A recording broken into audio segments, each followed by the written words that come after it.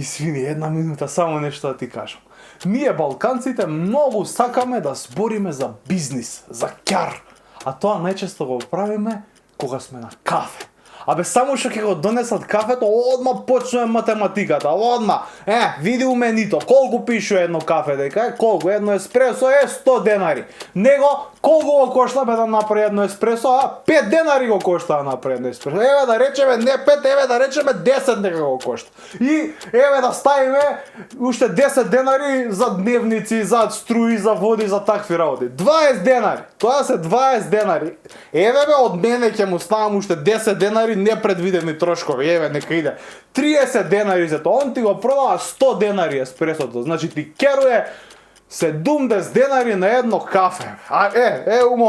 У моментов колку луѓе седат у кафанава тука? Гле, кога 14 маси седат, негде 5 души, негде 20 седат, да речеме 50 души дека има тука.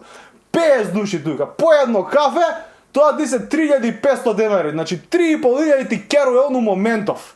Кај сокче, водичка, благо, ајде друг пат ќе правиме, мала, тај.